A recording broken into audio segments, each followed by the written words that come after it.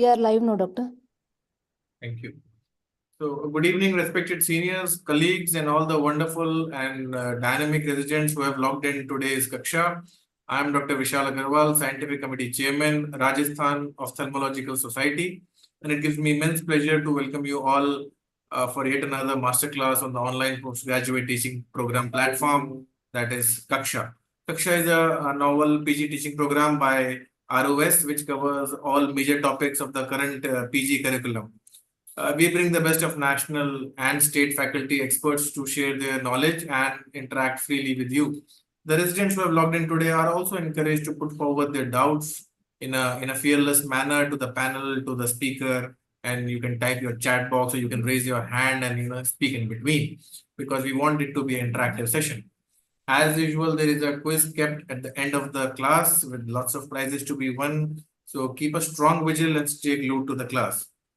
Coming to this class, we have today with the young and dynamic Dr. Prasanna Ramesh from Trichy to teach us about the finer nuances of the most common OPD procedure performed after visual acuity, I suppose, that is intraocular pressure measurement, and the correct evaluation methods, the common mistakes we make in measuring it in our day-to-day OPD, and many more details.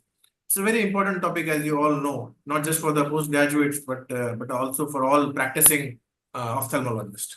Just a brief about Dr. Prasanna Ramesh. Actually, not a brief. He has a huge CV, a very lengthy one, not commensurating with his age. But still, I'll just highlight few points. He's the research director and glaucoma head at Mahatma Eye Hospital, Trichy, India. He's a DNB FAD examiner and coordinator of the PG program there, and thesis guide.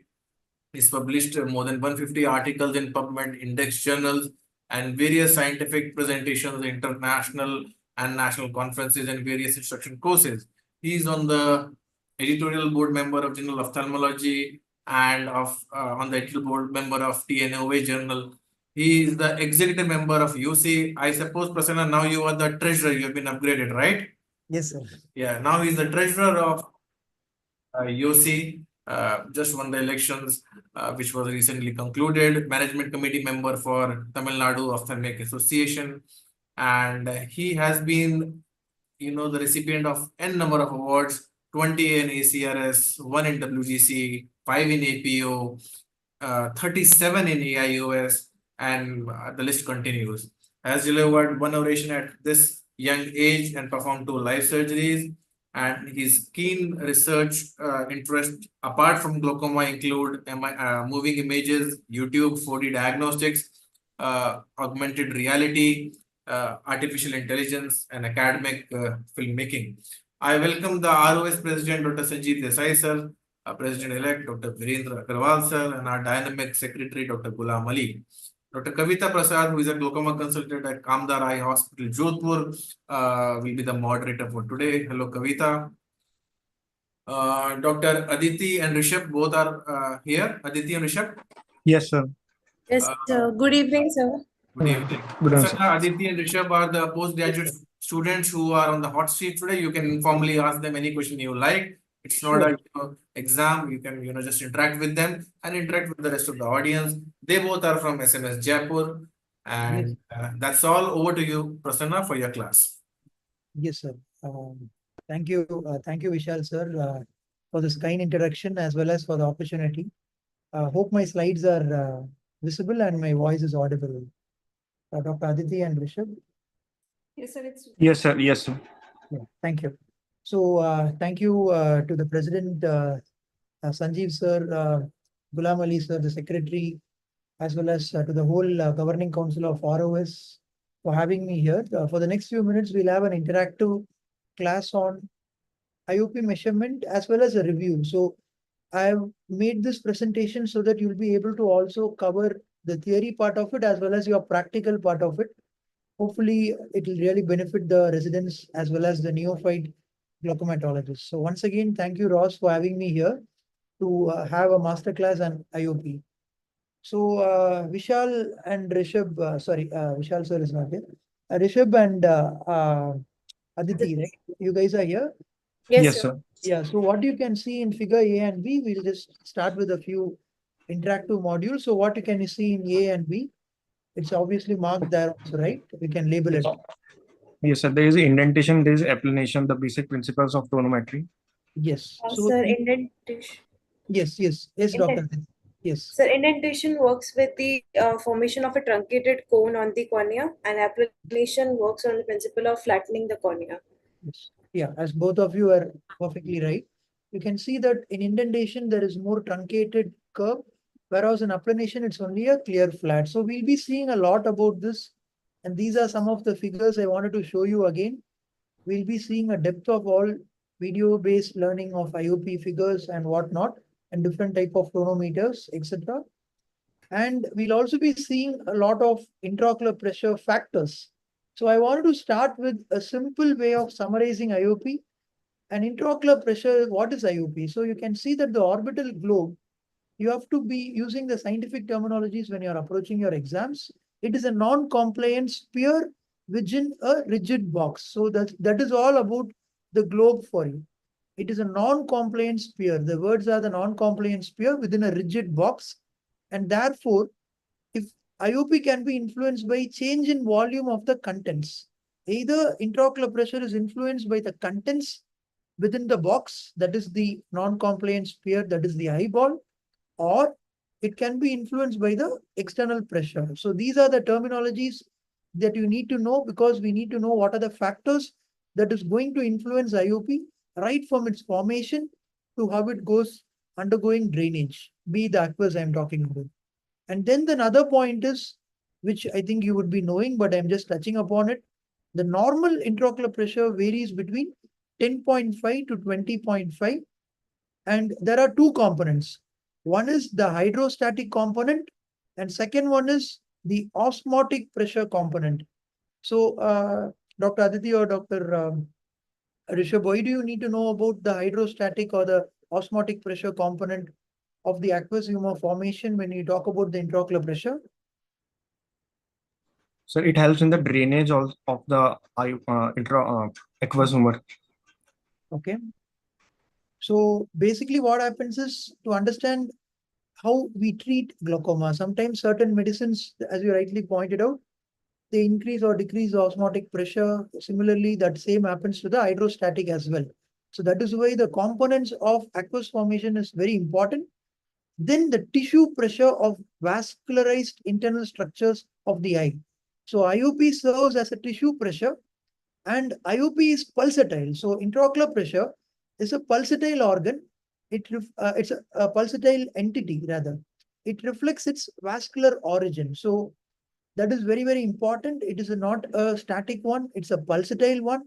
And it is higher than the tissue pressure elsewhere in the body. So this is where the tissue pressure is at its highest. So these are something that is very important before we enter today's masterclass.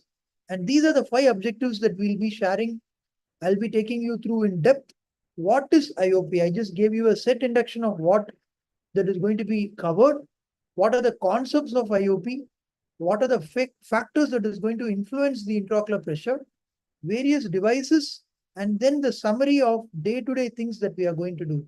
How in a particular scenario, if it's a cloudy cornea, or if it's an irregular cornea, or if it's a normal scenario, how we go about it, what are the contact procedures, what are the non-contact procedures, and whatnot.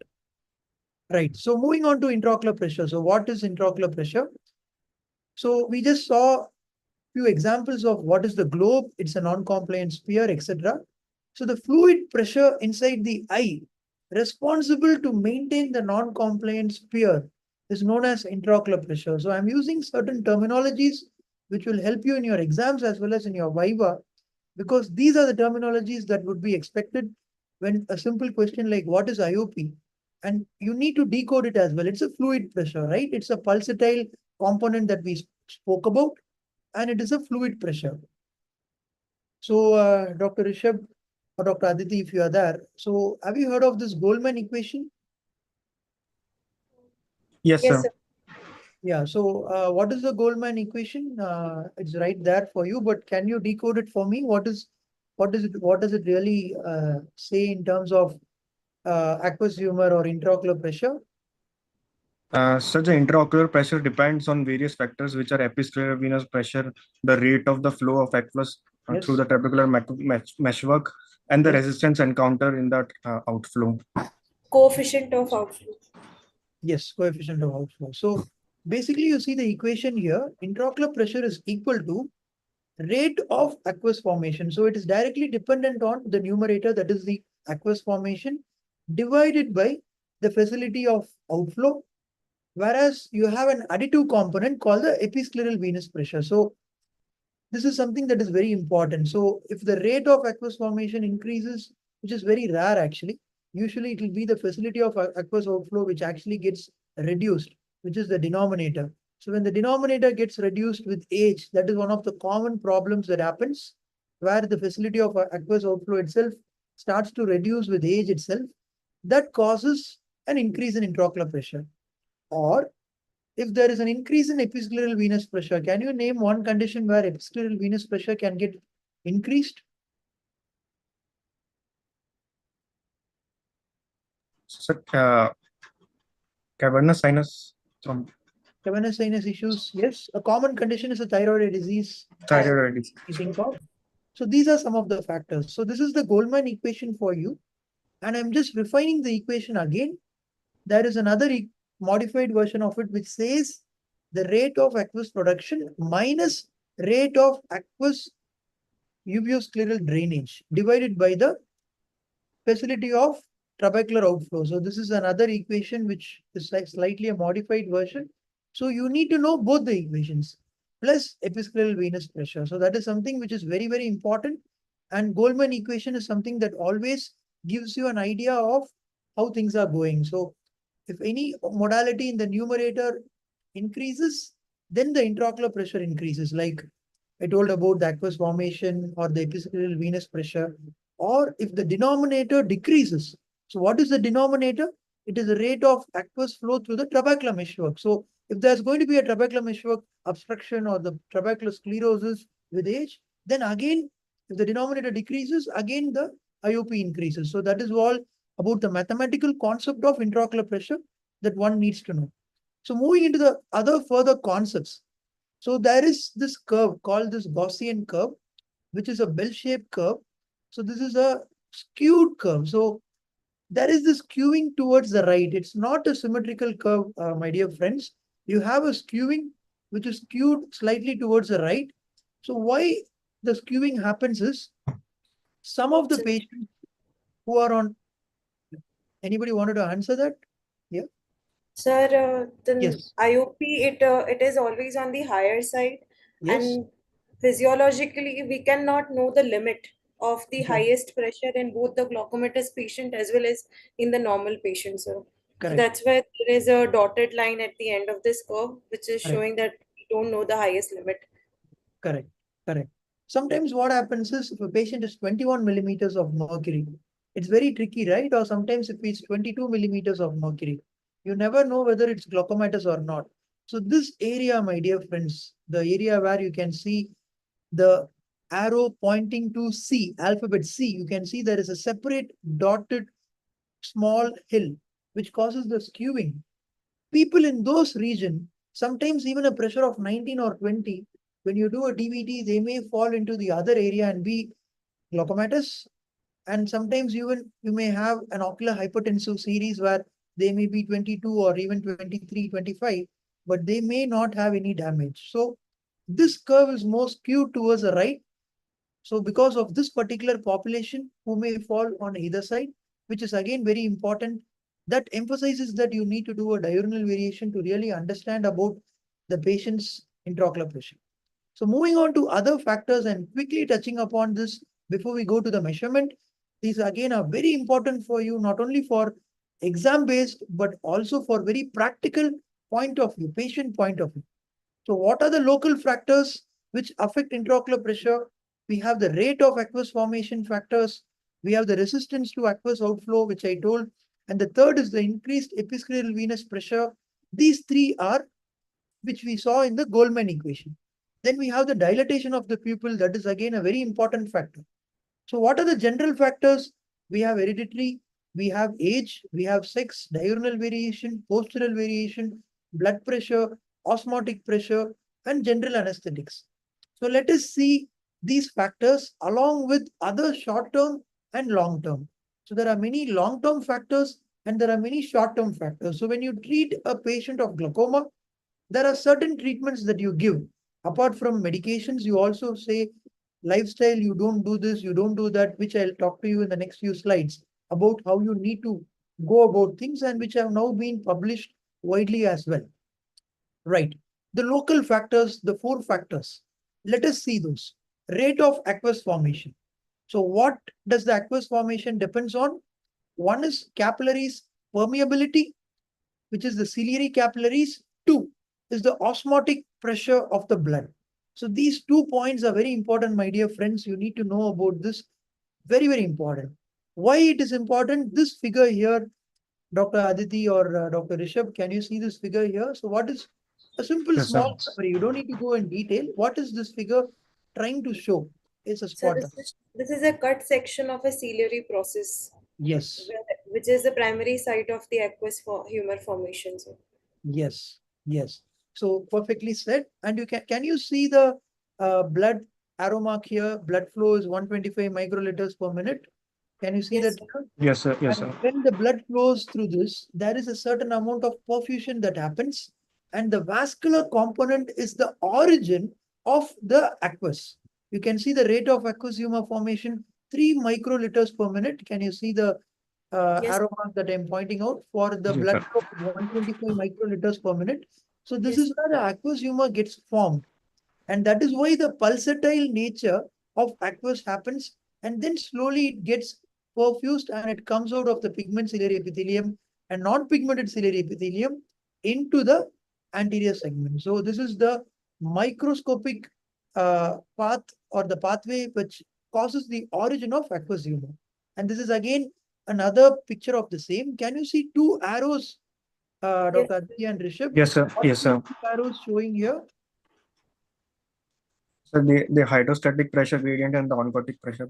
Exactly. So these are the 2 important parameters again, the hydrostatic as well as the oncotic. The hydrostatic moves from the pigment to the non-pigmented ciliary epithelium and then it enters. And then this side you can see the oncotic pressure gradient, which is exactly the opposite of it. Why you need to know these things are, you can see a lot of equations inside. I'm not going to go very deep into the biochemistry, but then have you heard of carbonic anhydrase inhibitors as a treatment of glaucoma? Yes, sir. Yes, So sir. they Yes, all sir. act on this. Have you heard of the drug mannitol for Yes, treatment sir. of? yes, sir.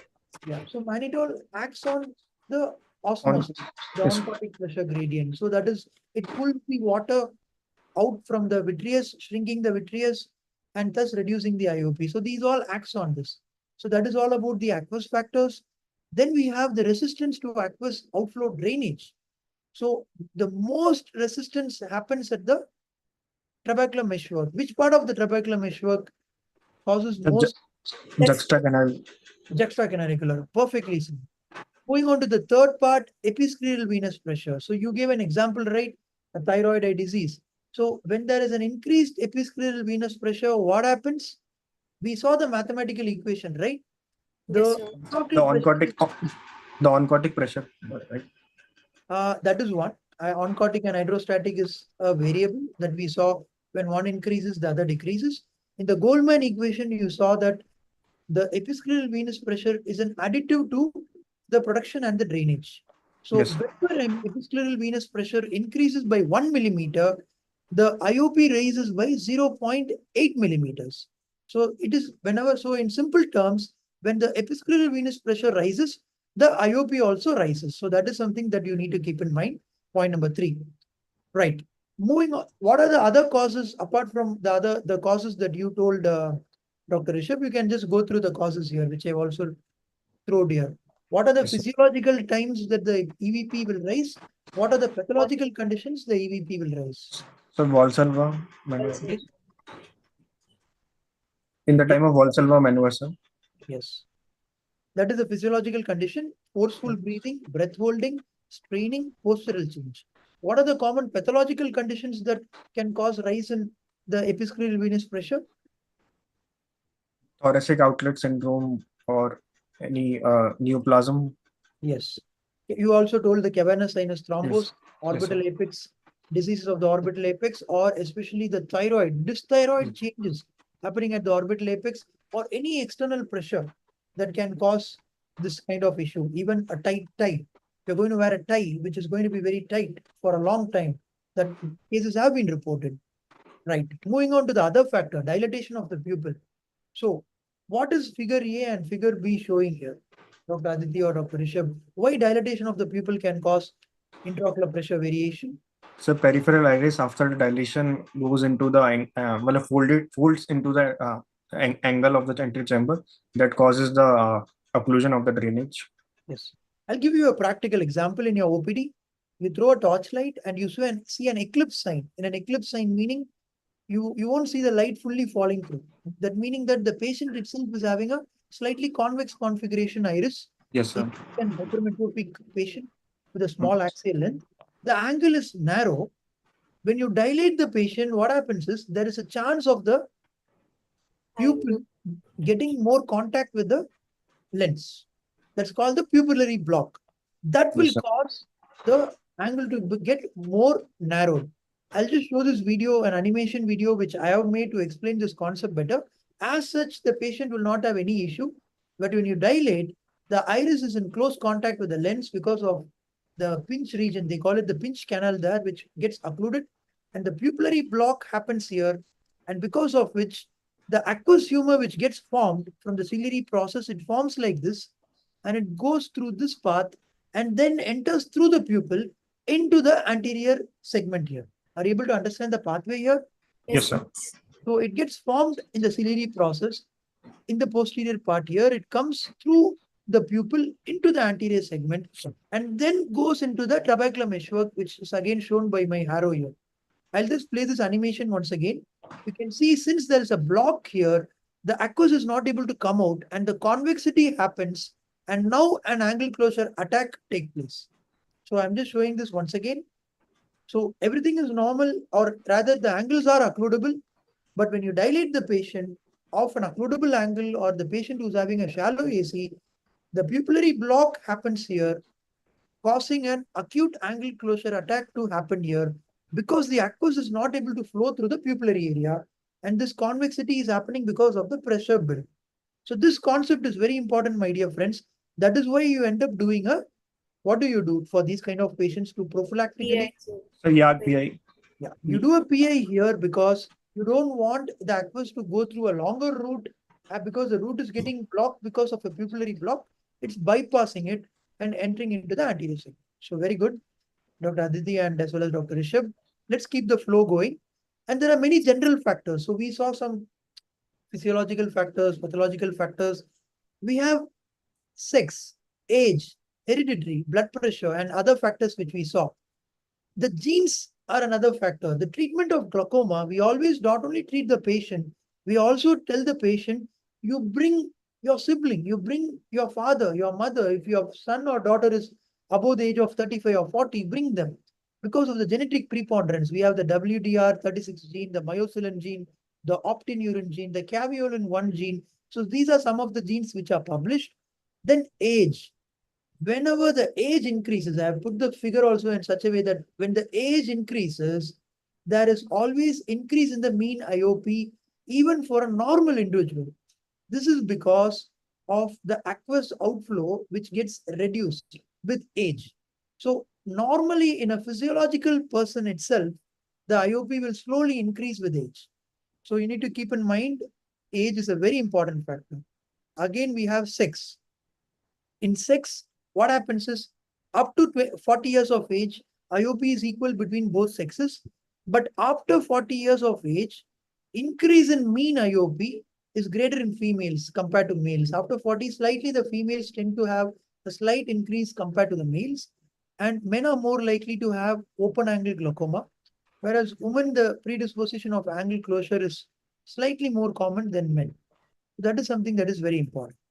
So what is this, Dr. Aditi and Rishabh? What is this graph showing on the right? So diurnal variation of the intraocular pressure. Yes. So how do you refine this graph? Is it called maybe the office diurnal curve or a diurnal variation. Have you heard of office diurnal curve? Yes, sir. Yeah, the figure showed on this is So a we diurnal variation curve. It's done for 24 hours from 8 a.m. to 7 a.m. But is it really possible to do a 24-hour monitoring No, of sir. IOP? Every 2 hours we take a measurement of the IOP of the patient, sir. Yeah. So So IOP is a variable. We saw how IOP gets produced from the vascular component, right? So it yes, sir. comes, it's pulsatile in nature. At every second, the IOP is pulsating. It's very important to know this concept. And it also keeps changing with an hour also. It 1 or 2 millimeters, 3 millimeters. The average is 3 to 6 millimeters. We cannot really plot 24 hours. That's why we go for office diurnal curve, which is something very important. And in a normal individual, the variation is less than 5 millimeters. But in a glaucomatous person, it is 8 millimeters or more. So that is something that you need to keep in mind. And why the variation happens? See this last point, my dear friends. It happens because of the diurnal corticosteroid cycle. When the corticosteroid spikes in your blood, after 3 to 4 hours, the plasma cortisol which spikes, the IOP spikes. So that is the key point here between the spike that you see in the morning as well as in the evening. You'll have two spikes. That is very important to keep a track of. And as we discussed, 24-hour monitoring is not really possible. So we go for an office diurnal curve, which is more easy. Right. Can the IOP change with posture? Yes, Yes, sir. it can change with posture, especially if you're in a sitting posture to a supine posture, at least from sitting to supine, your IOP can rise by as much as 6 millimeters of mercury, which is very, very important. And have you heard of the yoga called Sirsasana, where the head is below the heart? Uh, so we advise the patients not to do Sirsasana, glaucoma patients. You Yes, sir. know, because Yes. an inverted Inversion. position, Yes, sir. yes, an Yes. inverted position is not recommended for a glaucoma patient. So if a glaucoma patient is telling he's practicing yoga, you should say don't do inverted positions, handstand, because in inverted position, your IOP will rise. So these things are very important. Blood pressure, though very small, it's a very short-term change. But if you see, I just needed you to know this because for the exam point of view, this is very important. If your systemic blood pressure rises by 100 millimeters, your IOP will rise only by 2 millimeters. That much I think you need to know. And for example, these are papers that have come out. If you are going to ligate one carotid artery, it can cause fall in IOP on the ipsilateral side and increase the IOP on the contralateral side. So these are things that happens in pathologies or in ocular ischemic syndromes and other conditions, which you just need to keep a applied anatomical factor known. Osmotic pressure. We did see about osmotic pressure, right? How the osmotic pressure can cause a influence. So what are the three ways it can cause influence? You can see point A, point B, point C. Intravenous mannitol, oral Yes. glycerol, and patients with uremia. One is two are pharmacological and point C is pathological. All the three conditions cause increase in plasma osmolarity. So if there is going to be a question on anti-glaucoma medication, the answer is right here. When the total concentration of solute molecules in the blood exceeds, the water will be drawn from the vitreous and aqueous. So when water gets drawn from the vitreous and aqueous, what happens? IOP decreases. IOP decreases. So this is the mechanism that happens in these three conditions. IV mannitol, oral glycerol, or when a patient suffers from uremia. So the total concentration of solute molecules in the blood becomes more high and the vitreous shrinks and the aqueous shrinks. What happens reverse? Have you heard of a test called water drinking test? Yes, sir. Yes, sir. Yes. In water drinking test, the exact opposite happens where the vitreous and the aqueous gets hydrated. So that is something that is very, very important. Okay. Right. And we do have a comment. Some breathing practices like Kapalabhati and Basrika Pranayama could also increase. Yes. Breathing exercises as such, we need to keep a track on certain forceful breathing. In other words, in a scientific manner to bring it out, forceful breathing, which I have few slides in the next few slides, which I'm going to share, that also increases IOP. Why it increases is because the venal cable system, right? It causes a mechanism where the epistellar venous pressures can cause a rise and the IOP may increase. So thank you, Dr. Monica, for bringing that point as well, which we'll be covering right? 1 or 2 slides away from it. Right. Moving on to general anesthesia. What happens in general anesthesia, Dr. Aditi? IOP increases or decreases? Or Rishabh? Sir, IOP decreases, but only in ketamine it increases. Yes. You need to know again the mechanism why it happens, the way it happens, right? Muscle relaxation, increase carbon dioxide levels in the blood, hypoxia, and sometimes direct effect of the anesthesia itself. So these are the 4 points which causes the IOP to decrease, except ketamine, as you rightly pointed out. And again, I want you to keep a track of this very important slide, my dear friends, because pediatric glaucoma examination, very important. Examination under anesthesia.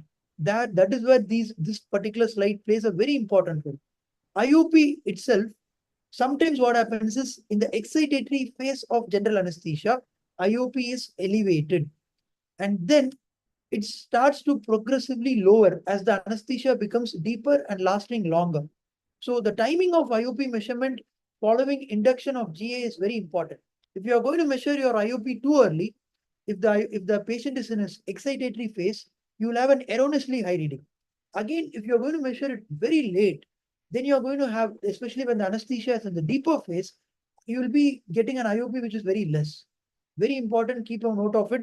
So make sure you measure your IOP not later than 2 or 3 minutes when you start the induction of anesthetic. And mostly you'll be doing it for children as well as for mentally challenged. Again, a simple tidbit for an applied aspect of it. And these are something that I just want to touch upon. Supine position increases IOP. We saw about it. Trendelenburg position increases IOP. Reverse Trendelenburg position decreases IOP. As well as simple points, my dear friends. An eye speculum, which is very tight, that itself can cause an IOP to raise by 4 millimeters of mercury. Again, very important. Blood pH. Systemic acidosis, if the patient is going to have, that can lower your intraocular pressure. Keep a note of it. Blood pH. Mechanical pressure on globe. Have you heard of sometimes a digital massage being done, an ocular massage? Have you heard of this technique? Yes, sir. Yes, sir. Yeah. Sometimes what happens is a simple massage can reduce the intraocular pressure. See, when you indent the patient's eye, it will increase for some time. And then after that, what happens is the prolonged pressure that you are going to give for some moment, okay?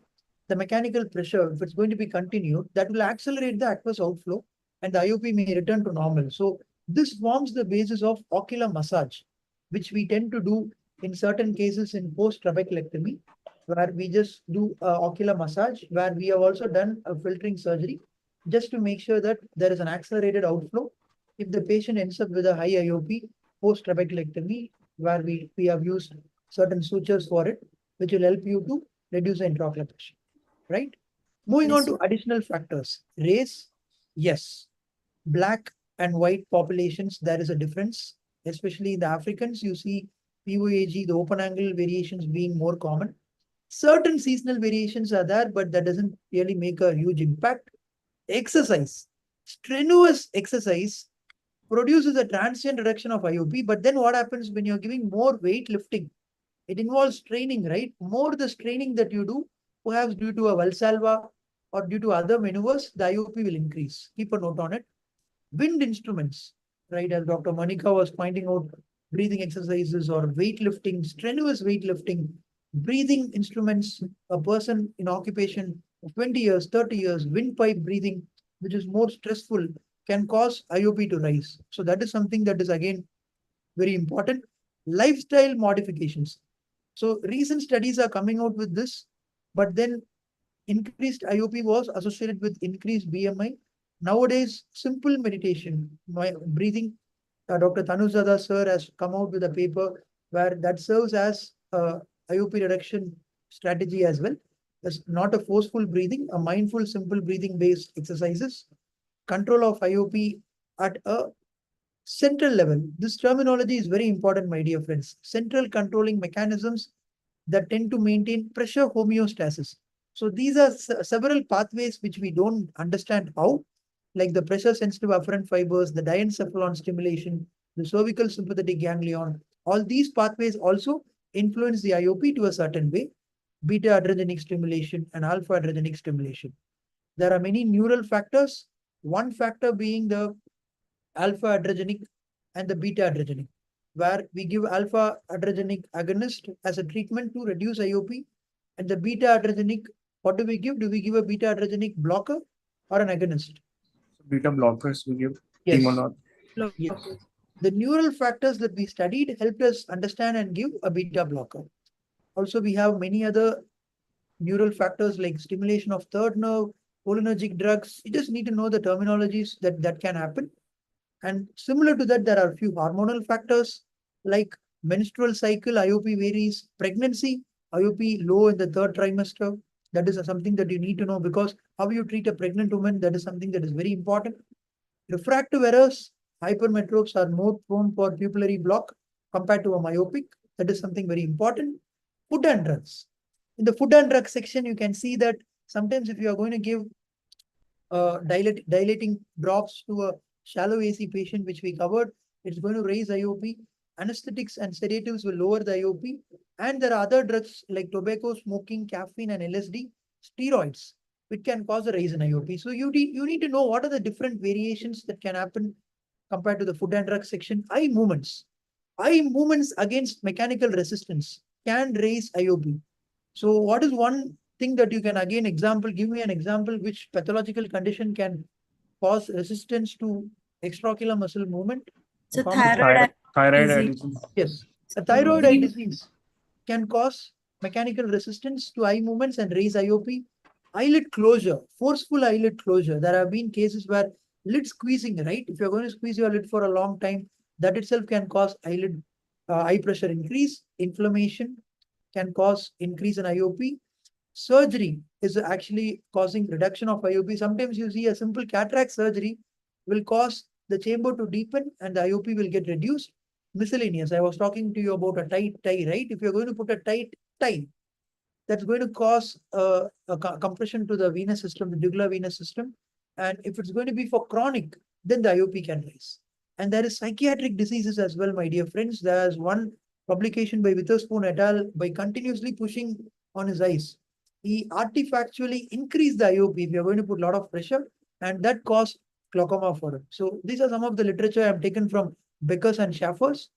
And to come on to measuring the IOP. So far, we saw what is IOP, what are the factors influencing IOP. I also covered you through the applied aspects of it. What happens when you give this drug, or what is the body position, or we saw so many permutations and combinations which can influence your intraocular pressure, which will help you to history taking also, as well as to treat your patient also. But now comes the challenge of the skill-based learning, how to measure the pressure. That is something which is very important.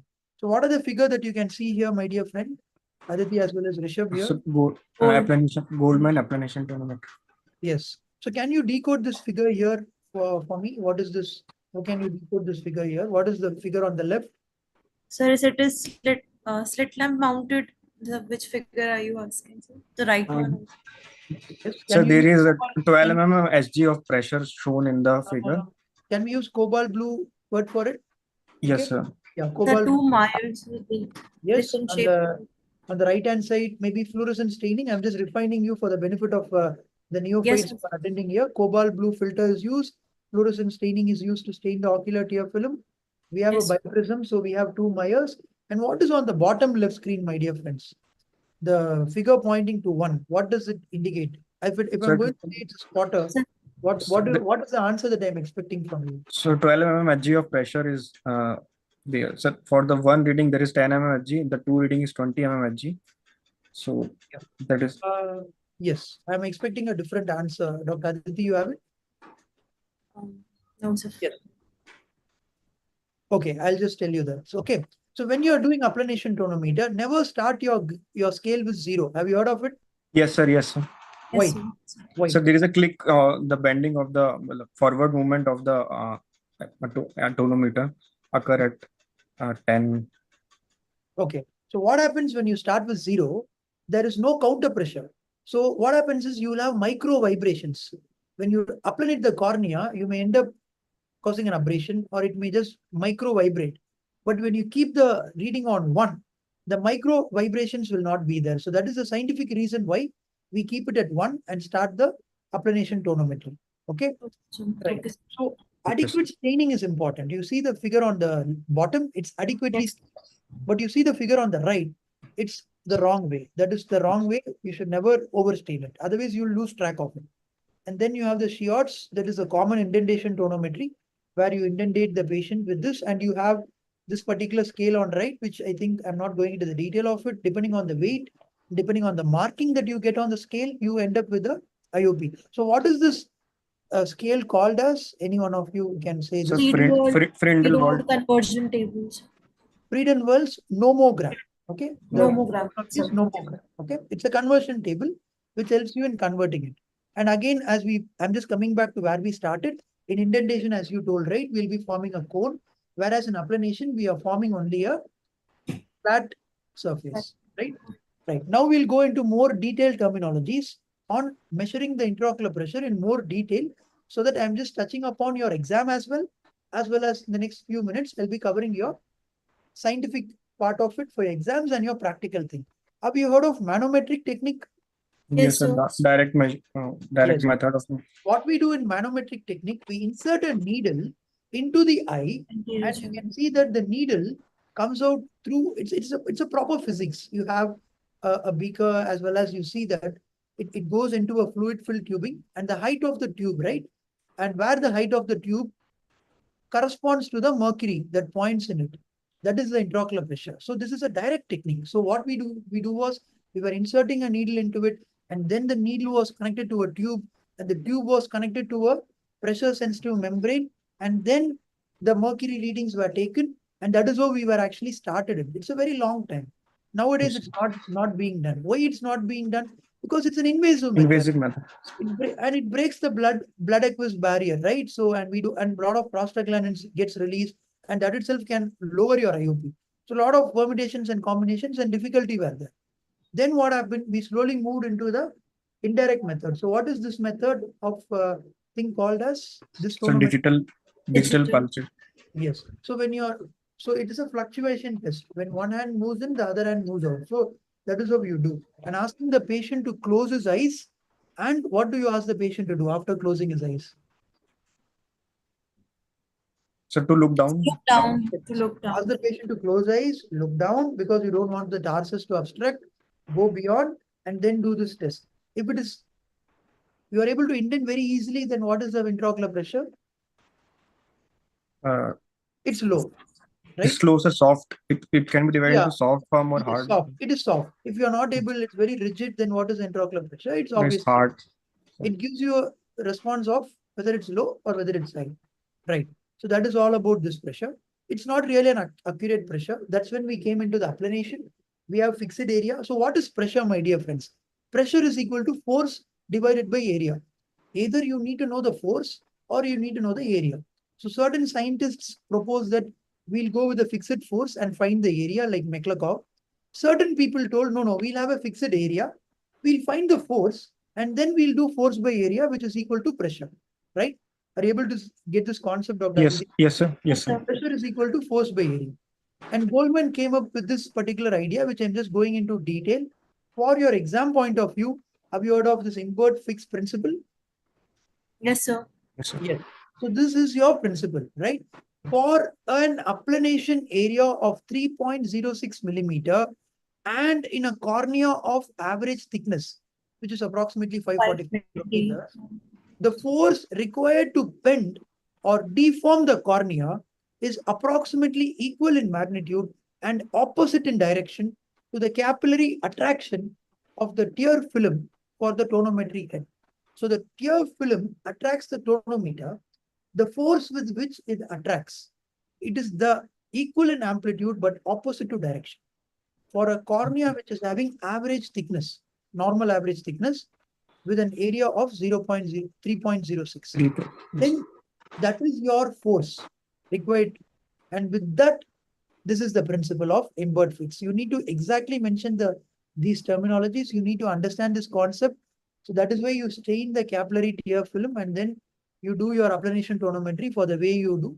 And the marking that you get in your applanation tonometry, right? If it is 2, what is the IOP that you end up with? So 20 mm actually. 20 mm. So the principle behind that is these 4 lines, which I want you to keep in mind. And this is a constant area applanation. So what is the constant area? Center of the cornea 3.06 mm. Exactly, 3.06. Perfect. So it's an accurate and reproducible technique. It displaces aqueous somewhat 0.5 microliters, but that's okay. It raises the IOP only by 3%, and variability as such has very limited role to play in this. You stain with fluorescent. I told you, right? You have an optical endpoint. Okay. Yes, sir. And most important is, I told you IOP is pulsatile. So next time when you do your AT, check for the Myers, you can see that the Myers will pulsatile in a very Yes. microscopic way. So the Yes, sir. end point should be the two Myers inner edge should meet at the midpoint of their pulsation. That is very important, my dear friends. You would be knowing that the two inner edges should meet, which is all given in your textbooks, and I hope you're all practicing it. But the midpoint of the pulsation, so if there is a pulsation, the inner edges of the two Myers should meet at the midpoint of the pulsation. Keep this point in your mind. Okay, sir. Yes. Right. So the Meyer, these are some of the Viva questions that you may ask. What is the diameter or what is the thickness of the Meyer? It is 1/10 of 3.06. So that is nothing but 0.3. Okay. So this is another way that you can keep it in mind. So the thickness of the Meyer that will be asked for you. And also there is very important thing whenever you do applanation tonometry, it's a contact procedure, right? There is always a chance of bacteria or Jacob Creutzfeldt, which is a prion disease, or even theoretically AIDS, hepatitis B, epidemic keratoconjunctivitis, which can actually get transmitted. So we always need to clean the biprism, and we have to do it with diluted bleach or 3% hydrogen peroxide.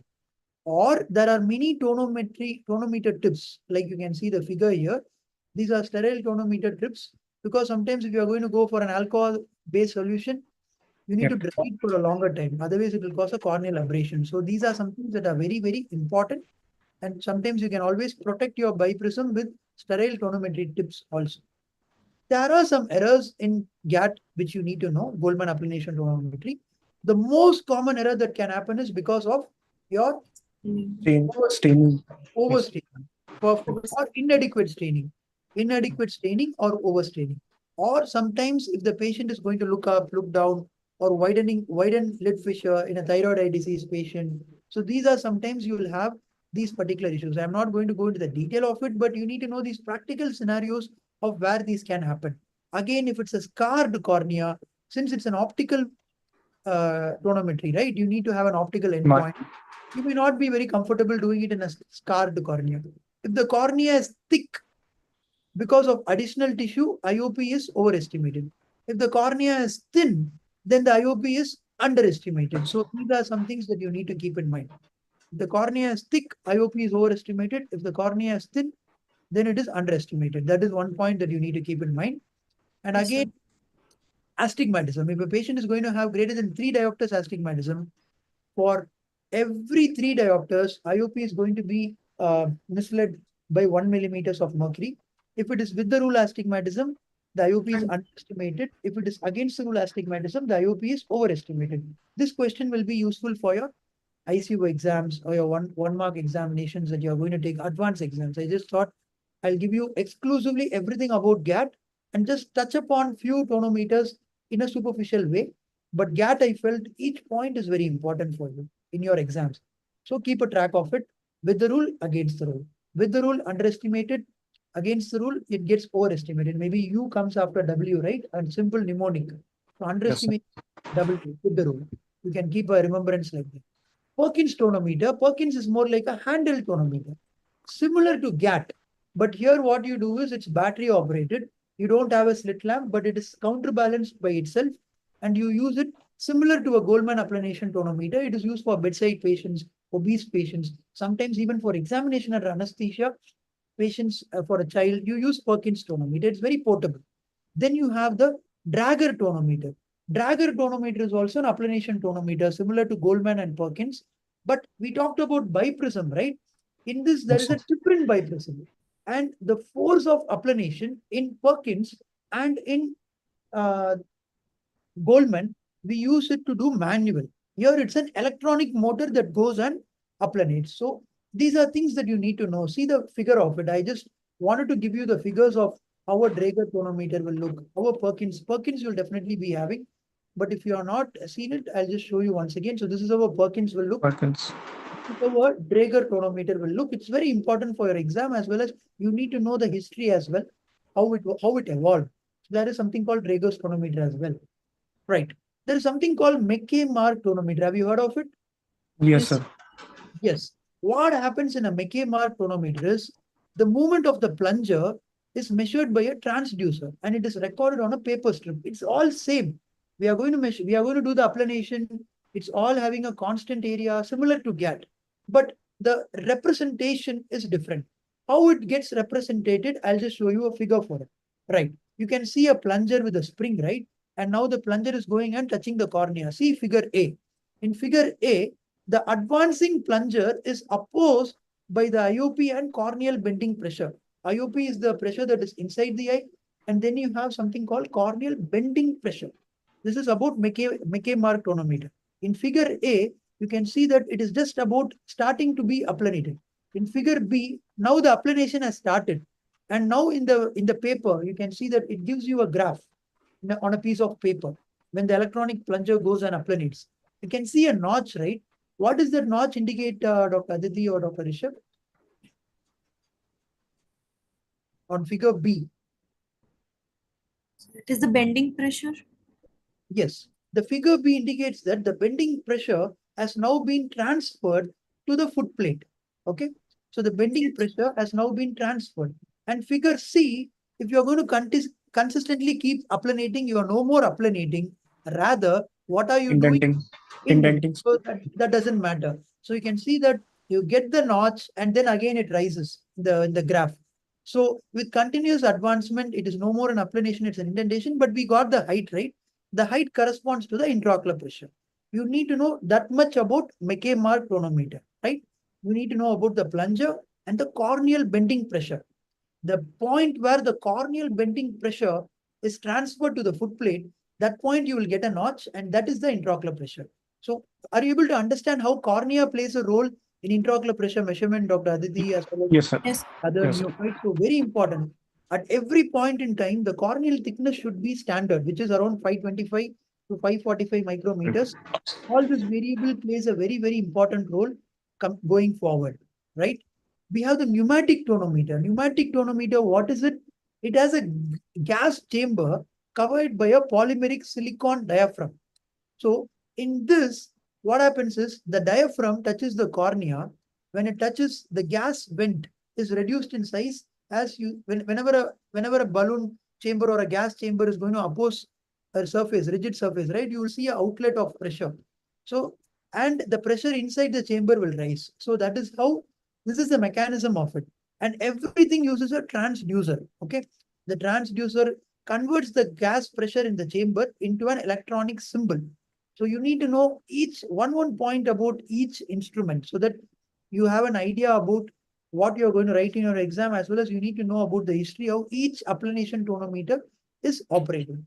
So the gas chamber escapes when the diaphragm touches the cornea, the gas vent is reduced in size and the pressure in the chamber also rises. At that point, the transducer will measure this and it will send an electrical symbol to get it recorded on a paper strip, just like how you saw on a Mackay-Mark tonometer. Are you able to relate it? Yes, sir. Yes. Tonometer, you are an electronic plunger. In this, you are having a pneumatic plunger, right? So why is it useful, my dear friends? Why do you need so many different things? In a pneumatic tonometer, what are the advantages? So far, we saw about Goldman applanation, Perkins, Draeger. What was the difference between those are? You need the cornea to be clear, right? Because you Yes. need to get the Myers, right? If the cornea is going to be irregular or scarred, will you get an optical endpoint? No, sir. No, sir. No. So that is why we have a pneumatic tonometer, which is used for scarred corneas, irregular corneas, or edematous corneas. Okay. So that is where we are using it. And it also helps you to measure the IOP over soft contact lenses as well in certain scenarios. Right. Moving on to certain advanced tonometers like non-contact tonometer. Have you used non-contact tonometers or have you heard of it? Yes, sir. Yes. So what happens is, so far we talked about contact modalities. This is a puff of air coming and applying the cornea, and you get the reading. So that is non-contact tonometer. So how the principle of non-contact tonometer happens? is something that you need to keep it in mind, very important. You see, the force of air is increasing linearly with time. So when the time increases, the force also increases, the force of the air jet. When you click the button, you can see a click sound and the air jet goes. There is lens 1 and lens 2. Can you see on my arrow here? There is a Yes, sir. light source which hits on the cornea, and there is a photocell which receives the light. When 3.6 millimeter of the cornea is applanated through the light source, the PSD, that is the photocell, it has a maximum light reflection when a 3.6 mm of cornea is getting applanated. At that Yes. time, the time taken to cause the maximum light illumination is what you get. You will measure the time. Since force and time are linear to each other, because force is directly proportional to time, the time taken for you to bring in the maximum light intensity, once you find out the time, you get the force. Are you able to understand this concept? So, Because force is directly proportional to time. time. Yes. When you get the time taken to bring this light from light source 1 to light, the PSD here you can see, that is when 3.6 mm of the cornea, when it gets applanated, that is when the light will be at its maximum, and that is when you get the time measurement. So for example, it's 3 seconds or 2 seconds. It's going to be milliseconds actually. I'm just giving you for the benefit of it. Once you measure the time taken for the maximum light intensity, you get the force. Once you get the force, you know the area, right? It's 3.6. Automatically Sir. pressure is equal to force by area. Support. Yeah. Yeah, that is all about non-contact tonometer for you. And even a non-medical person can use it. Sometimes there is no need for a topical anesthetic as well. So few recent advances that you may be having, which I'll touch upon as we come up to the end of our masterclass, is ocular response analyzer. Have you heard of it? Yes, sir. Yes, sir. Yes, sir. What is important in ocular response analyzer is point 1, point 2. When the air jet flattens the cornea, cornea is bent inwards. And again, when the cornea is recovering to its original position, it again comes back. So what this instrument gave us is, there are two applanation pressures. There is first applanation when the cornea is moving inwards, and there is a second applanation when the cornea is trying to come back to its original position. So between the first applanation and the second applanation, what is the difference called as? Hysteresis. Corneal Perfect. hysteresis. Yes. Why corneal hysteresis is very important is, previously we were all talking about central corneal thickness being one of the factors of intraocular pressure influencer, but now slowly the concepts are changing towards corneal hysteresis, which is nothing but the viscous dampening of the cornea. So now in this figure, you can see, my dear friends, applanation pressure 1, applanation pressure 2, and the difference between them is called as corneal hysteresis. So there is no more single applanation pressure. There are two applanation pressures. That is what ocular response analyzer gave us. And if the corneal hysteresis reading is going to be low, what does that indicate? Low hysteresis reading indicates that there is a progression of glaucoma. Did you get that point, my dear friends? Yes, sir. If the applanation 1 and applanation 2 does not have a huge difference, if the difference is going to be very minimal, that means there is a chance of progression of glaucoma. Like how we say, right, low CCT means that the glaucoma can actually be underestimated. Similarly, now we are moving into a concept of corneal hysteresis, how it can actually influence glaucoma. Right. I wanted to. Yes, Dr. Aditi, you were asking something? Sir, is hysteresis directly proportional to the corneal thickness? Like more the hysteresis, or is it like inversely proportional? Yes. Is there a correlation between them? Yeah, I'm going to show you a video of that, and I'm going to show you some more videos which will help you understand better. So these are some of the videos showing the corneal biomechanical measurements. Just look at this video, my dear friends. You may not be able to decode it on the first attempt, and then I'm going to show you more videos on this particular concept because it's very important for your recent advances. So these are three different scenarios. Can you see three different corneas here? Which was your question, right? Can I have Yes. different thicknesses, three different corneas with different scenarios? See how the Yes. applanation is happening, and then the cornea is coming back to its original position. And in Yes. every cornea, you will have two different applanation pressures followed Yes. by a corneal hysteresis, which ocular response analyzer gives you, right? And then corneal hysteresis is nothing but pressure 1 minus pressure 2, which we already saw. And if you are going to get the Goldman corrected IOP, it is nothing but add the two pressures and divide it by 2. Right. Moving on to more advanced concepts for your recent advances. See the 9 different facets that can happen in your cornea. First point, natural. Second point, ingoing deformation. Third point is your first applanation movement. Then you have a concavity. Fifth one is your highest concavity. Sixth is the oscillation. Seventh is the outgoing concavity. Eighth is your second applanation. And ninth is after second applanation. Can you see the 9 different movements that the cornea is taking place when you do an NCT? Are you able to appreciate this in the video Yes, below? sir. Now Yes, see sir. the video below, my dear friends. There are 9 different movements that happens: an ingoing phase, first applanation movement, then there is an highest concavity, then an oscillation period, then an outgoing phase, which gives you a second applanation movement. Then the cornea comes back to your normal zone. Okay, right? So this video, I think you all saw, and this is something I compare it with the memory foam of an automotive suspension system. Can you see this?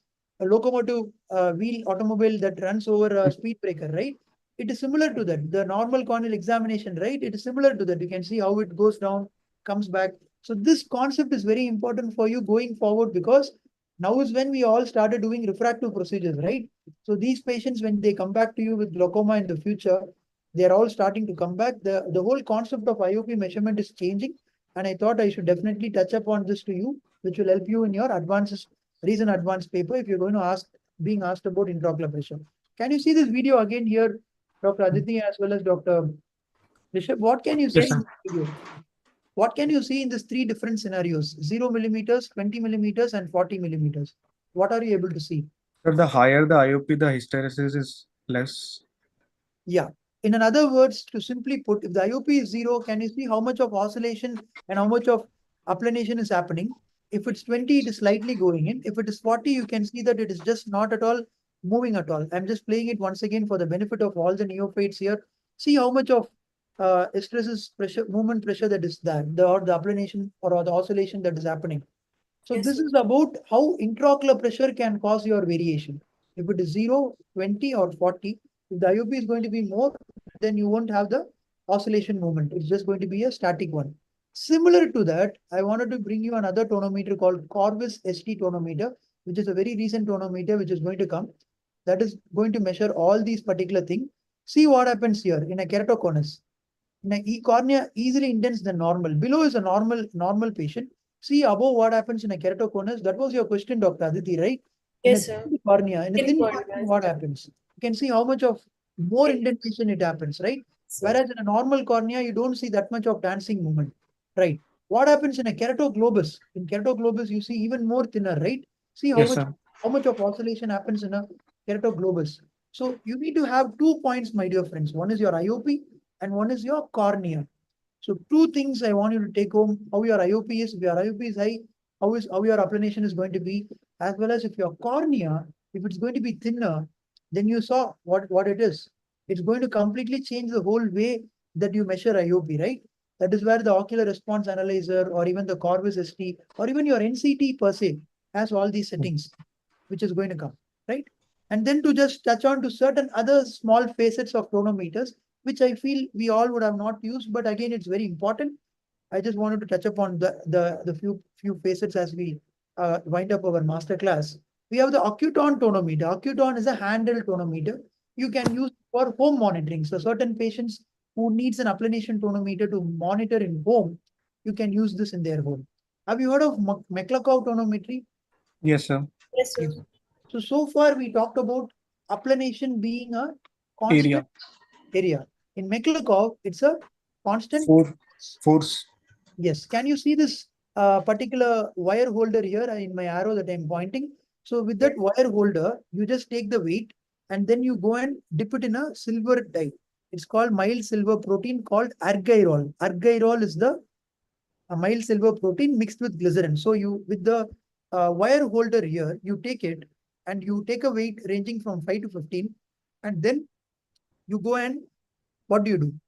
With a constant force, you go and touch the cornea or applanate the cornea, okay?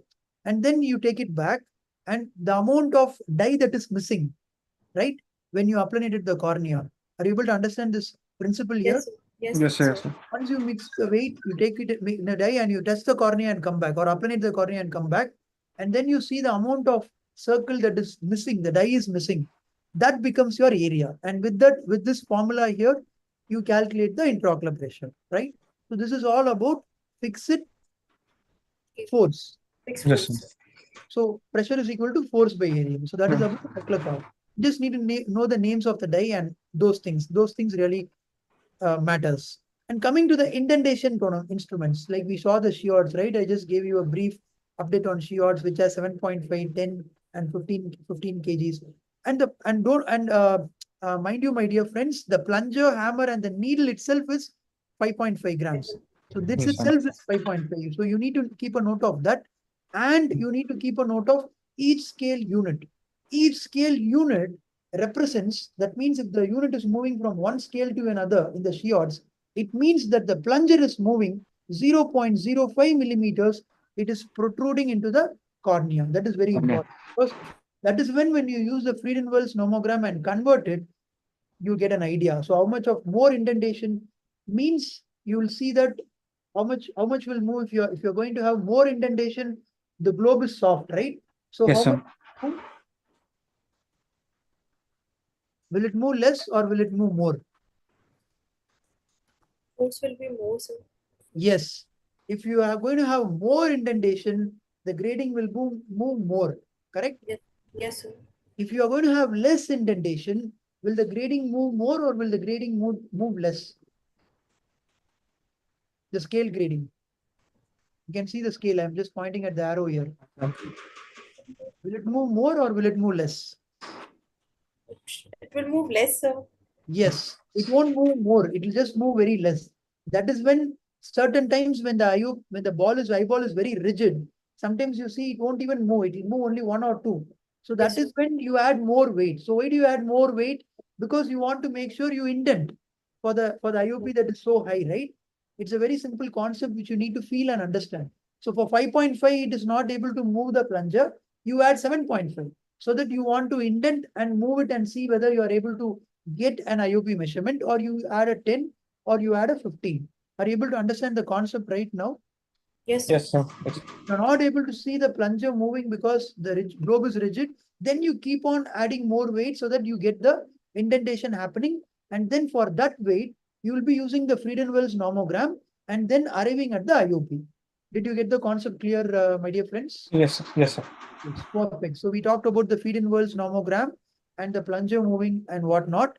And there are some difficulties where ocular rigidity plays a role. That's why this technique never really is one of the gold standard, because eyes with high ocular rigidity, like high myopia or a long-standing glaucoma, gives you a falsely high reading.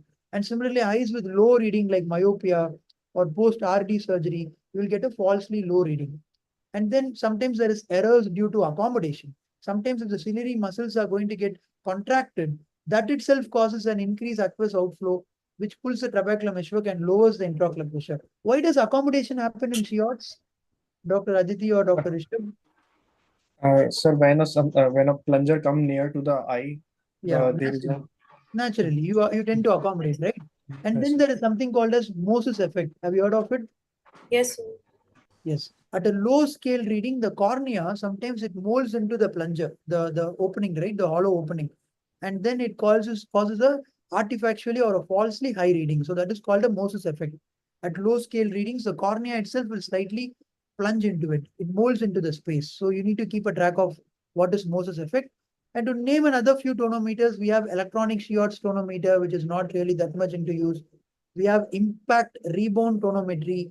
These are all using the principle of indentation. I just wanted you to name a few of these tonometers. We have impact rebound tonometers, which iCare actually is marketing. I hope you would have seen it. Once you yes, sir. click it, you can see that the probe just goes, touches the cornea and returns.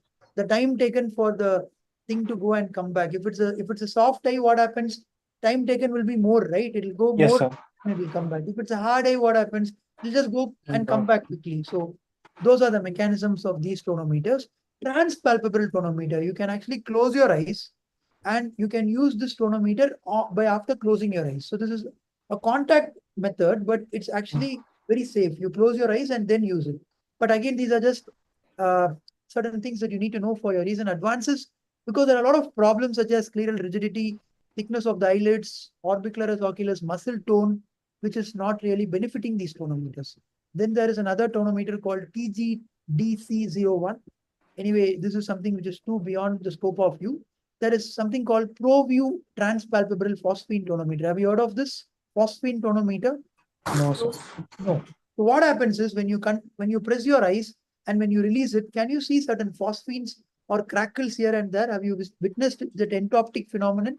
Yes, Yes, sir. sir, it has happened. That is called phosphine. So this tonometer uses that particular mechanism. It uses the pressure on the eyelid to induce the phosphine is proportional to intraocular pressure. So that is the mechanism that this used to get you, and this is called phosphine tonometer. They are using a lot of different principles, right? It's an indentation tonometer, but it induces a phosphine, which is more like a crackling star bursting that you get sometimes when you over squeeze your eye. It's called phosphine tonometer. And coming to the last tonometer, the dynamic contour tonometer. The biggest advantage of this, my dear friends, it matches the cornea. So the cornea is a convex curve, right? So this matches the contour of the cornea and measures the exact pressure for what it is. So that is the beauty about dynamic contour tonometer. The principle is the pressure outside is equal to the pressure inside. It measures the pressure outside the cornea, which is equivalent to the pressure inside by matching and surrounding the contour of the sphere. That is the eyeball. And then what happens? It not only gives you IOP, it gives you systolic and diastolic IOP. You remember I told you IOP is pulsatile, right? So Yes, you sir. must have heard about systolic BP, diastolic BP, but Yes, this sir. is systolic IOP and diastolic IOP. Dynamic contour tonometry in real time, gives you IOP as a pulse itself. So each one of us would have put the pulse oximeter during our COVID time, right? We would have all put it, right? In this tonometry, similar to your pulse oximetry, you will get real-time systolic and IOP and diastolic IOP. What is the difference between systolic and diastolic IOP called as? So ocular pulse amplitude. Exactly. So OPA. So that is another concept which has come in, right? Which is very important for you to keep a note of. And can you see OPA here? IOP coming as 14.6, OPA 2.8. So what does OPA indicates? OPA means it is believed to be indicative of the status of ocular blood flow.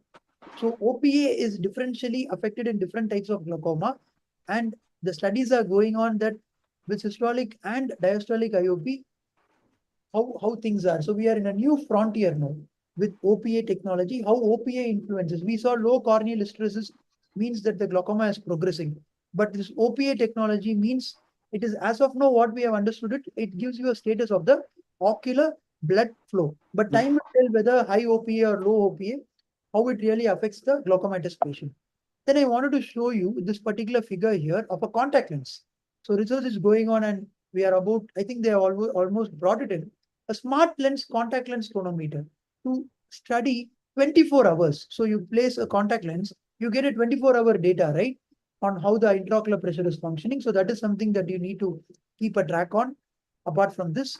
And to summarize, continuous monitoring of IOP.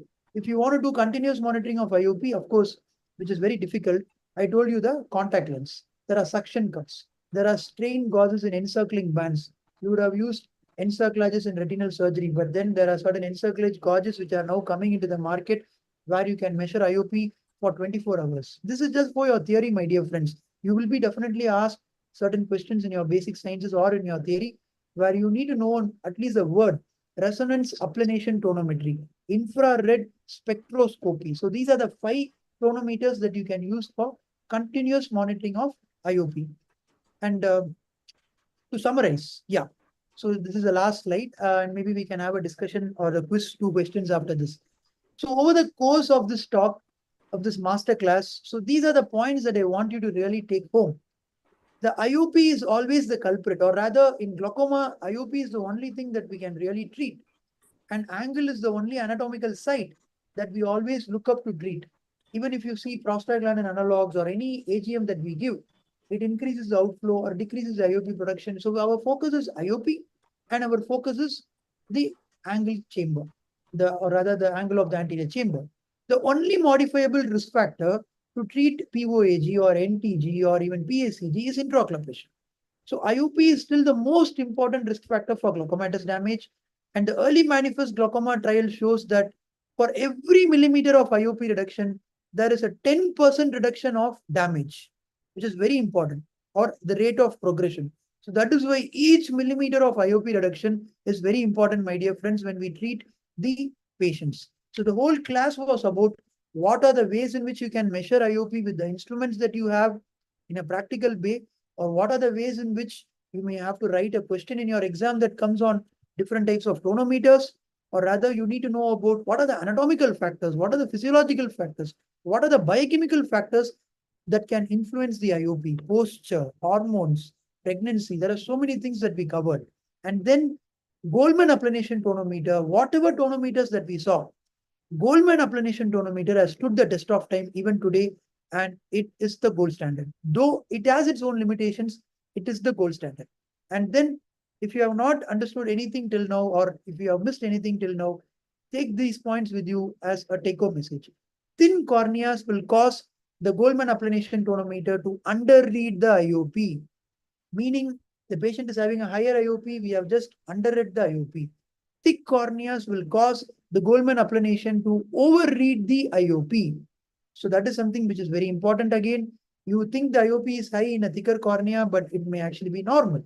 And because the relationship is not linear, there is no current formula to convert the Goldman reading to a true IOP reading, because there is no formula. There is for the cornea, because cornea, my dear friends, has a very important role to play when you measure IOP. So as of now, we don't have any clear-cut formula for a given corneal thickness. We are just using certain nomograms. We are using certain tables to have an idea about it could be +1, it could be +2 for every 20 micrometers. That is where we are. And then, so new tonometers, which shows independence of corneal thickness, may be useful in thin and thick corneas like the pneumotonometer, DCT, and the historical non-contact tonometer. So we need to surpass the cornea and move towards maybe pneumotonometer or the DCTA, which I showed you, measuring the systolic and the diastolic IOP, as well as even the NCT that we saw. Beautiful videos that I collected where you can see how much of movement that happens in a microsecond. So next time when you do an NCT, I want you to visualize that these will be the movement that will be happening and the cornea will be coming back. And then even today, my dear friends, you need to get the message correct. Glaucoma is treated based on Goldman applanation tonometer. And for newer devices, we still need more data, more RCTs or more meta-analysis we need. And then before we go to the quiz question, this is the last slide. Again, you can take a note of this because it is a very practical scenario, my dear friends.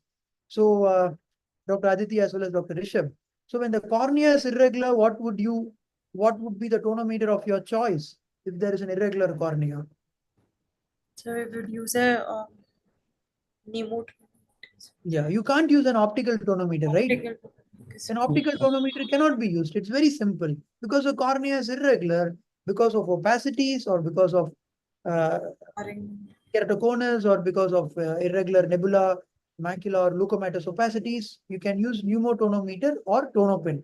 Tonopen is the one that I told you, right? It goes and just intends and comes back, which you would have Yes, sir. seen in your department or certain videos, right? Yes, sir. Second scenario, if there is a soft contact lens, the patient is using a bandage contact lens and you don't want to remove it because of whatever reasons, you don't let it stay there. What will be the measurement of choice that you would go for?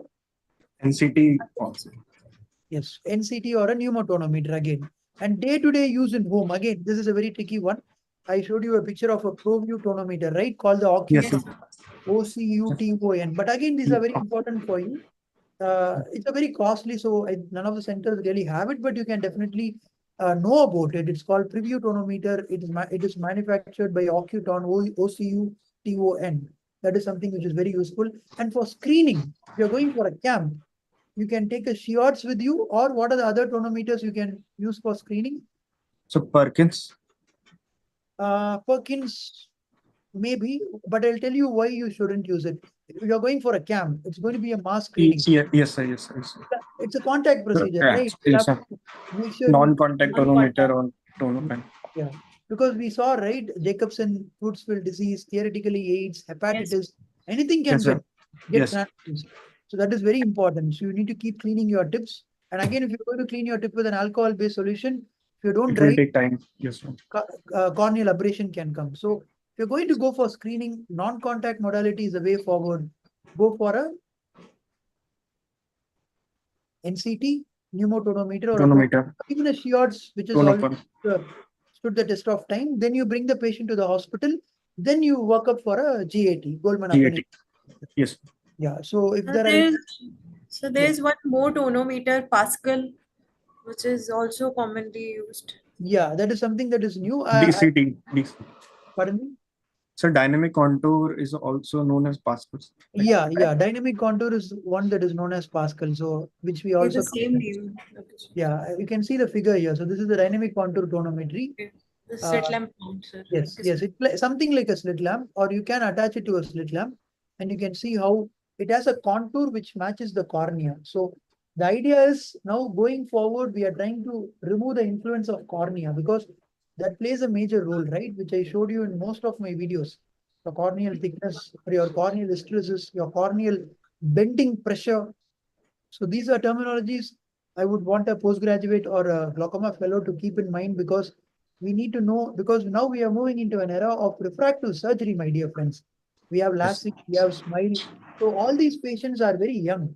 So when they develop glaucoma, which inevitably may happen in the future, where you may take glaucoma, you cannot just like that take a central corneal thickness and go about things. You will have to study their cornea in more detail.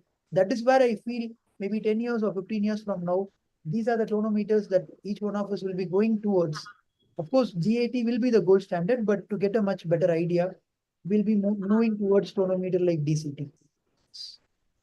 Any other questions or doubts from anybody? Dr. Aditi, Dr. Rishabh, before we move on to the quiz section of this particular No, sir. talk today. Dr. Monica, ma'am,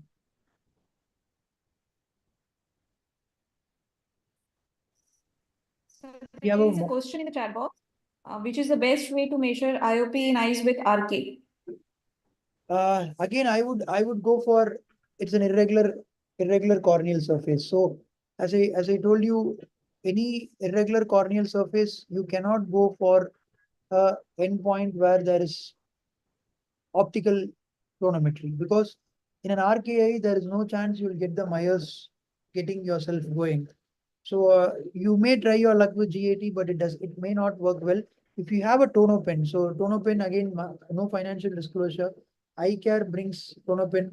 If you have an eye care with you, I think that's the best way to. It's a portable one. You can ask the patient to sit just with a click of a button. It just goes indents and comes back, and you get the reading in a digital way. I think that's one of the things that I do in my practice. And yeah, that was one of the I missed the chat box. Measure IOP in RKI. We have another question, right? EVP and IOP. How EVP? Okay. So how episcleral venous pressure affects intraocular pressure? So episcleral venous pressure, I did talk about it in my Goldman slides, right? In my Goldman equation. So basically, this is something that you need to understand on a mathematical level as well as on an anatomical level as well. So I'm just going back to that particular slide here.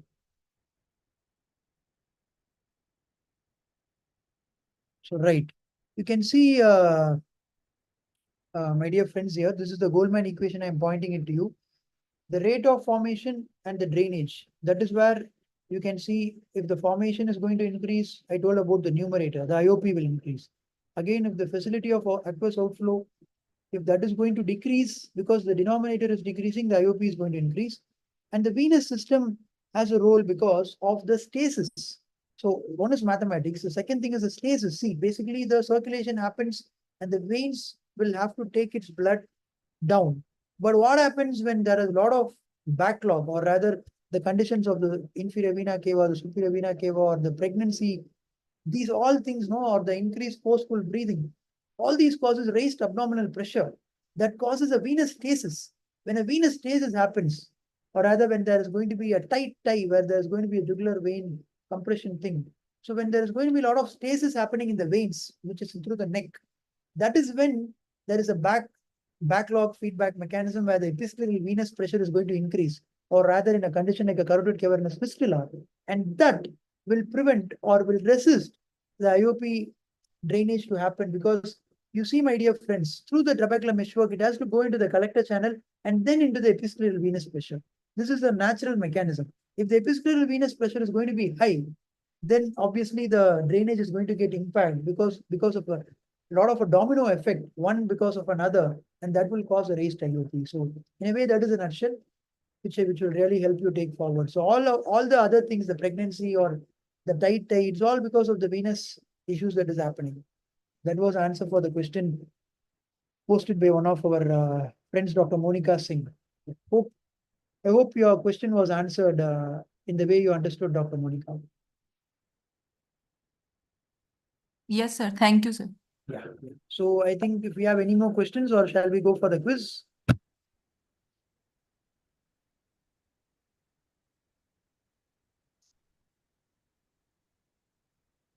Aditi and Rishabh, can we go for the quiz, or should we wait? Yes, sir. We can go for We can go for the quiz. Right. Right. So after a very 1 hour masterclass, again, thankful to the ROS Governing Council team once again for this opportunity. So I'm going to go for the quiz. I can see Ghulam Ali sir here. Sir, with your permission, I'm just moving to the quiz part of the section, sir, the last part of our talk. Yeah. Choose the right answer. So, what is the right answer? Sir, option 3, Mackey Mark tonometer. Oh, yes. So, okay, I was instructed by Dr. Vishal sir that who puts in the chat box first. So in my chat box, I'm able to see a lot of people going for option 4, McLeod tonometer. No, it's 3 only. Yeah. It's So the 3. first 3 only. yeah, the first person I can see is Darshana Parihar. Who has- Dr. Darshana Parihar, you are there with us? Yes, sir.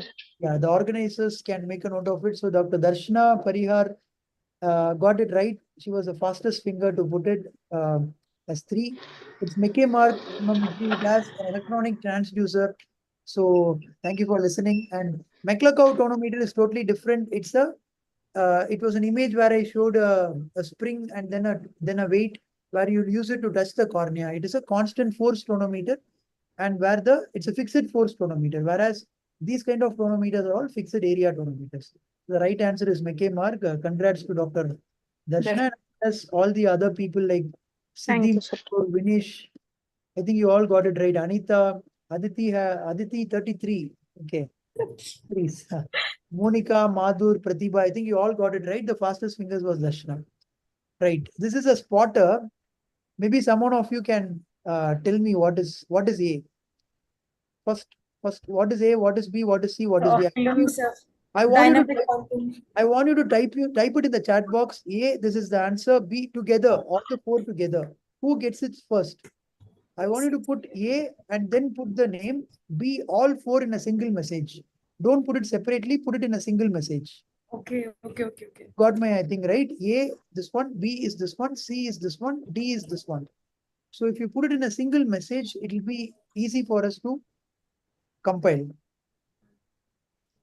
Vinish Sharma, please put it in a single message. Abhishka, put all the 4 options in a single message. Don't put it as a separate message. I wanted it to be a tricky one so that you can't get the fastest fingers here. Yes, I can see Darshana putting A, B, C, D together. So, DCT Maklakoshi or Sonora. Okay. I'm just A, B. Darshana Parihar, wrong. B is not that. Durbala variation by Anita. No, there is nothing called Durbala. I don't know what is that. You can enlighten me. Vinish Sharma. Yes, Dr. Vinish Sharma, are you there? Vinish, Yes, sir. So Dr. Vinish Sharma has got it right. A is DCT, B is McLeod, C is Shiots, and D it's ocular response analyzer. Congrats, Dr. Vinish. Yes, we have another person also who has come up with the right answer, Pratibha, but then Vinish got it right. So congrats, Dr. Vinish. Can we see you? Yeah, good, good. All the best. So these are the two, I think, Kavita ma'am, I think you made a note of the two winners of the quiz. Yes, sir. Yeah. I'm just giving few more questions as well for the benefit of few youngsters and few neophytes. I thought I'll keep it more entertaining still. Spot the odd one. So this is a brain teaser. What is the odd one? This can be open. You don't need to type in the chat box. Spot the odd one. And you can say it, doctor. Any one of you who know the right answer, you can actually tell it. What's the odd one? And why do you say which is the odd one? Anybody? Anybody orally? Siddhi put B. Aditya, Shiorts, Rishabh put B. Okay. Lot of mixed answers. B, C. Anybody? Anybody want to take it orally? Aditi? Rishabh?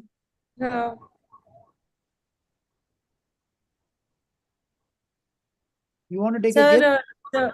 Sir, C is indentation based tonometry by Shiorts, and rest of them works on Yes. principle of. Right answer is C.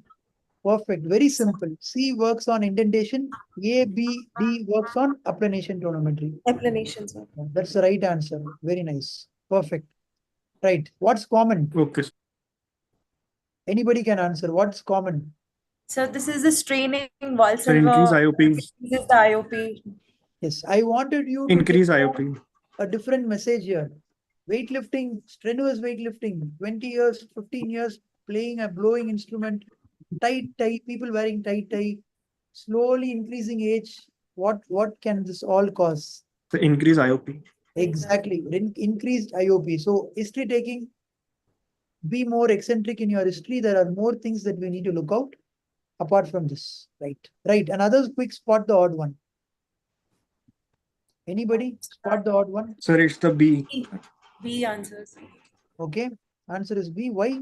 That's the right Sir, answer. because the area is not fixed here. Yes. Yes. Maklakov, sir. Perfect. So once again, thank you. You have come. I think I overshoot the time by 5 minutes. I hope the organizers would be kind enough to pardon me on that. So thank you once again to the ROS team, President Sanjeev sir, Secretary Gulam Ali sir. I can see sir here. The Chairman Scientific Committee sir, Dr. Vishal sir, for giving this opportunity. Treasurer Harshul sir and the whole Governing Council of ROS, as well as Kavita ma'am for moderating the session along with me, with the Aditi, as well as Dr. Rishabh. Thank you, sir. Yeah, thank you. Thank you to all the, I think we had a good debate. I mean, good kind of two-way session, not a routine lecture where there will be only the presenter speaking. So any doubts, Stephen, now you can ask me, you can contact me on my Instagram. So this is my Instagram. This is my mail ID and this is my WhatsApp number. And I also have a YouTube channel with all the videos. You can see a lot of video-based learning. It's named again in my name, Prasanna Venkatesh Ramesh. You can find me in YouTube as well. So thank you to all the organizers for patiently listening, as well as giving me the opportunity to share my take on intraocular pressure, the masterclass and review. Thank you. Thank you, Prasanna. Thank you. Thank you very much. Thank you, sir.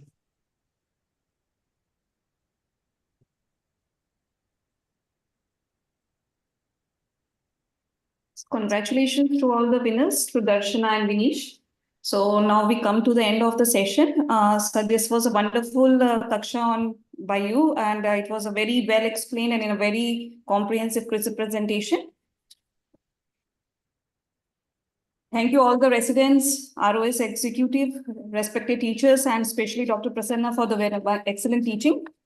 We look forward to the next class in the coming weeks with more residents and on the hot seat. Thank you and keep giving your feedback and suggestion for Kaksha experience to improve.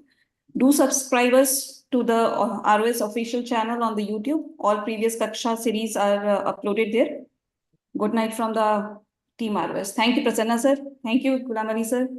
Thank Good you. night, Thank you Prasanna. very Thank you, sir. Bye, Thank you. bye, good night, good night. Good night. Thank you, sir. Thank you, sir. wonderful talk, sir. Thank you, sir. Thank you for the opportunity, ma'am. Thank you. Thank you, sir. Thank you, sir.